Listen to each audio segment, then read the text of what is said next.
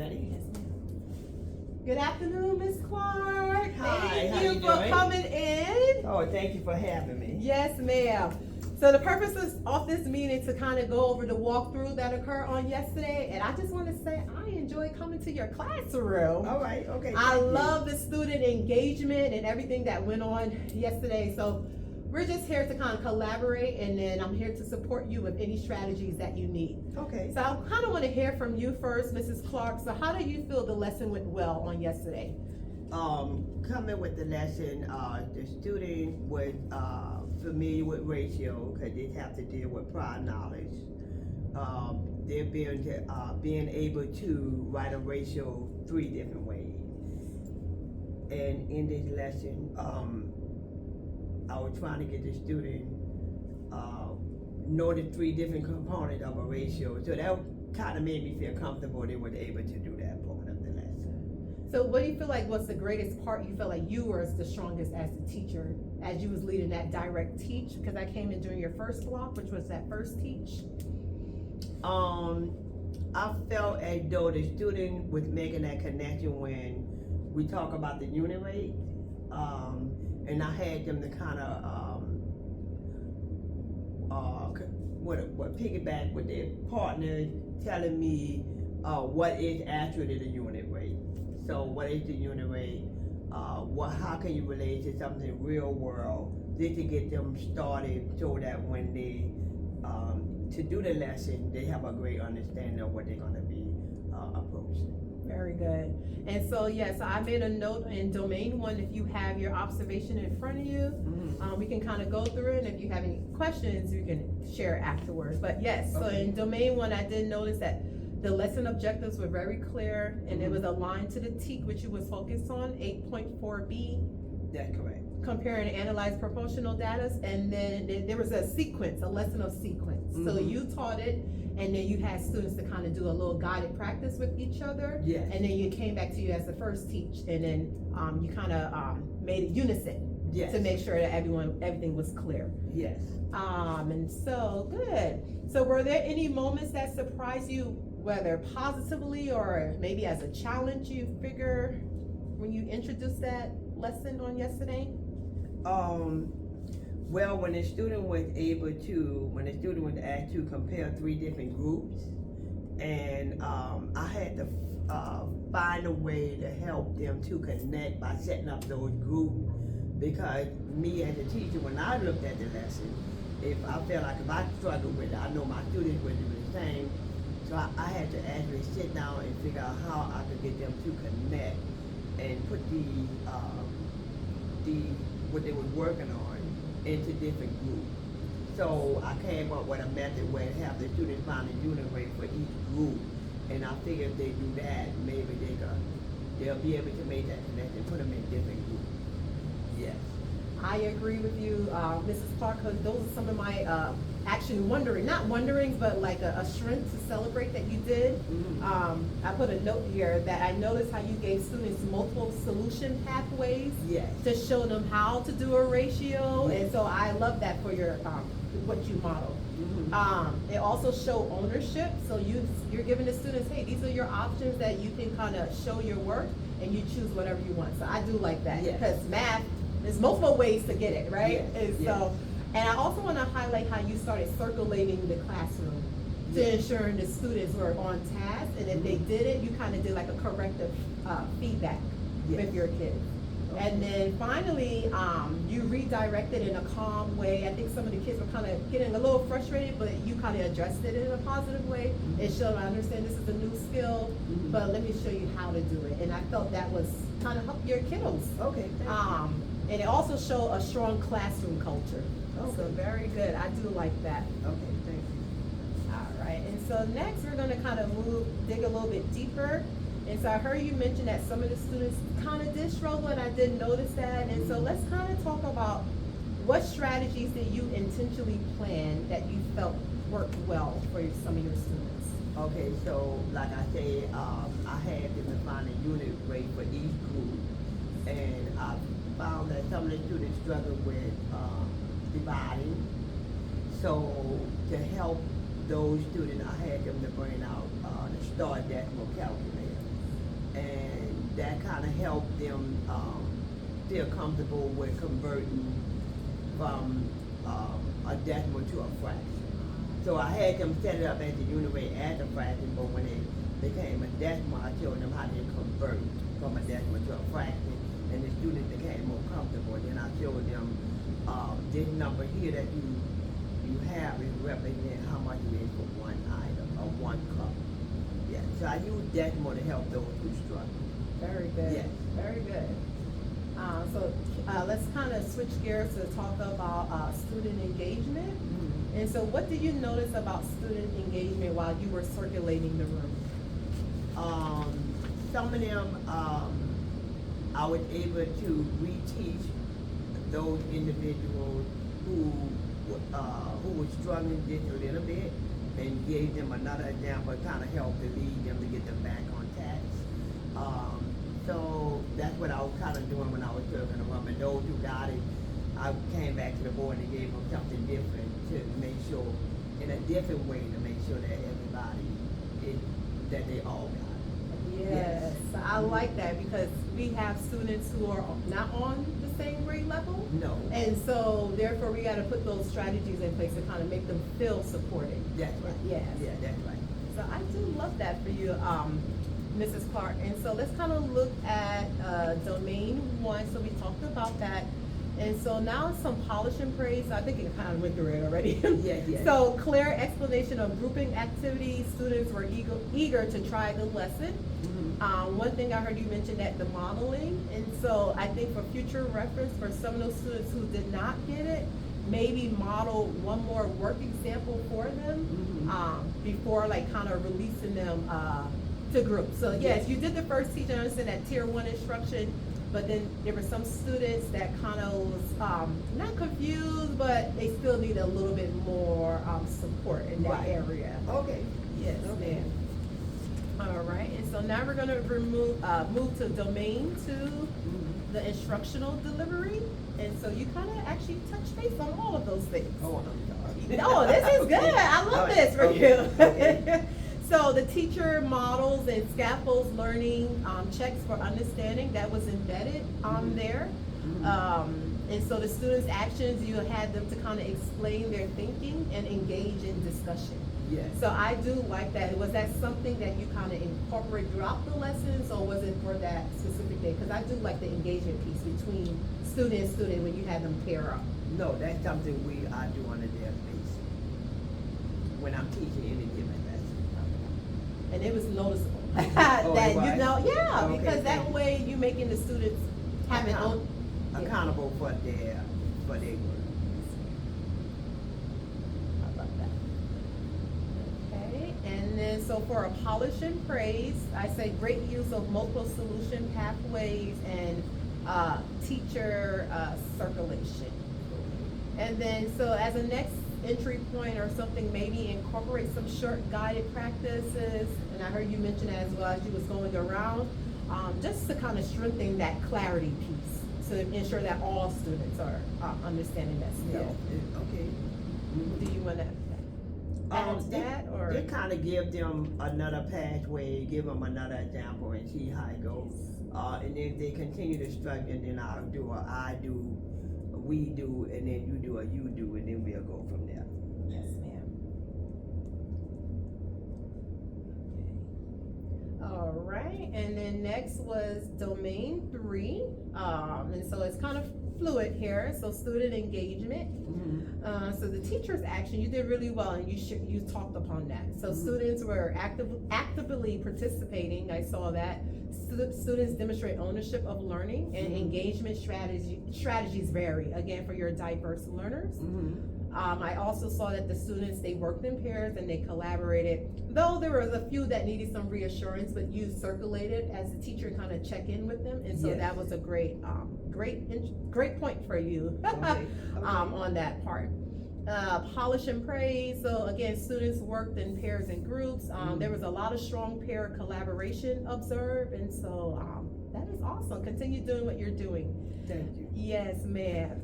And so with that, I would say, just to add on, continue doing what you are doing, but maybe do like a turn and talk, or maybe have some more students like talk out and kind of explain their reasoning, their thinking. Yeah, that's the area I'm trying to work with my students. In a previous lesson, we did the whiteboards, and that kind of helped for those students who don't want to turn and talk, or don't want to say anything, don't feel like the answer may not be correct. So if I have them write on the whiteboard, and then when they show it, we do a quick glance, and then that let me know for sure if they have it or not. Very Yeah, so with the turn and talk, that's something I'm trying to get them to do more, but I don't know if it's culture or the students are afraid that they did the wrong thing, but usually to help correct that, I try to do the turn and talk with the whiteboard. So that kind of helps more for them. Okay. So I like that. I think you used one of the MRS strategies, multiple response strategies with the whiteboard. Mm-hmm. And so what support do you feel like you need to kind of enhance that skill of the turn and talk method? What do you feel that you would need additional support, maybe from administrators, or there's someone that? No, it depends on the lesson. Some lessons we don't have enough best practice, and then once again we still on a time frame because we have 45 minutes to get as much we can get in, because then now we have to do the demonstration of learning, and so from the demonstration of learning it's only allowing us 10 minutes to complete, and then from that point that's when I can come in and do a reteach piece. I could do some of the reteach pieces. It's good, but then I'm trying to figure out a way how I can incorporate more STAR type questions so that it can help the student be more familiar with those type of best practices that we're doing in the classroom. So is there a way maybe within your team planning, your lesson plan during PLCs, is there a way possible maybe we can kind of look at the STAR analysis from Lead Forward? Yes. And see we can maybe put a snippet into the lesson slides to kind of, yes, to make them, like you said, more visible so they more can kind of see. visible so they could be more familiar with it. So we're gonna start that in week 3, I believe that is. Week 3, we did talk about our data based on our first 6-week assessment. We took the lowest T, and we're gonna embed those into our flip chart.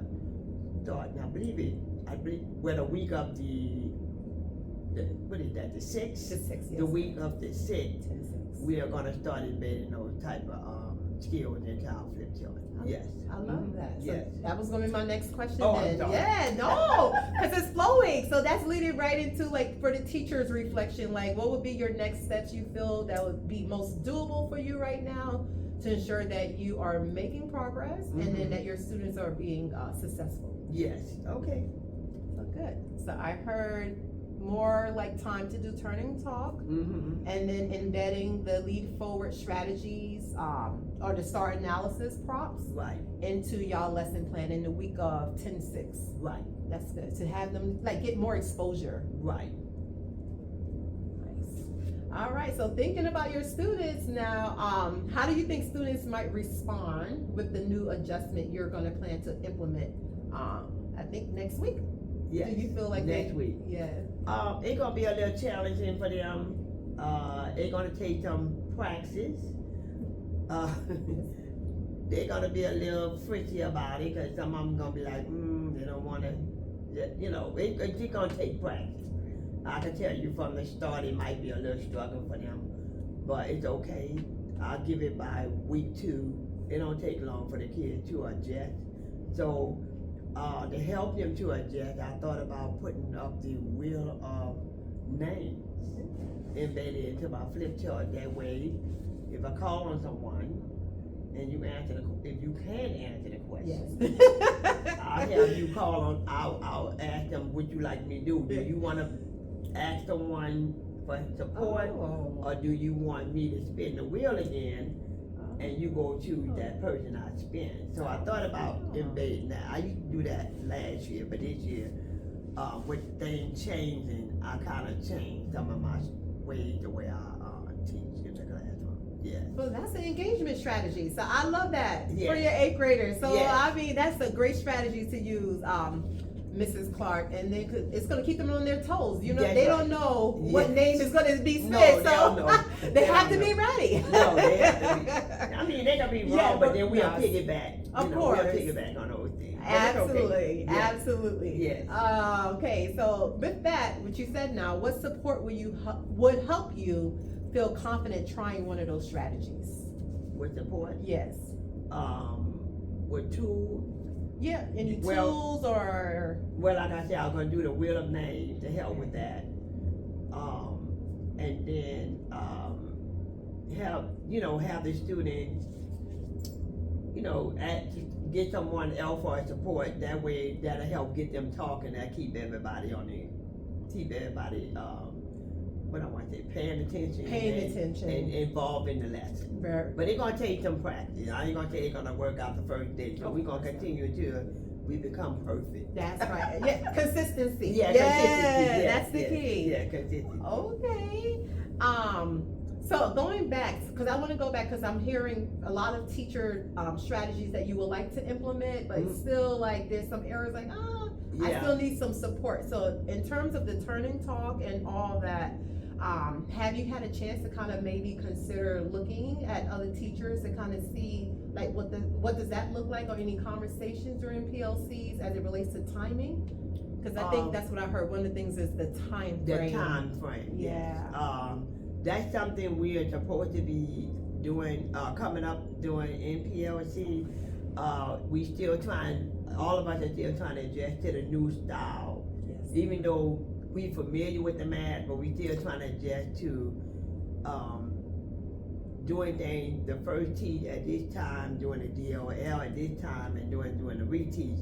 And then the teachers are supposed to come in and demonstrate their lesson during PLC. So we still trying to readjust to the new norm.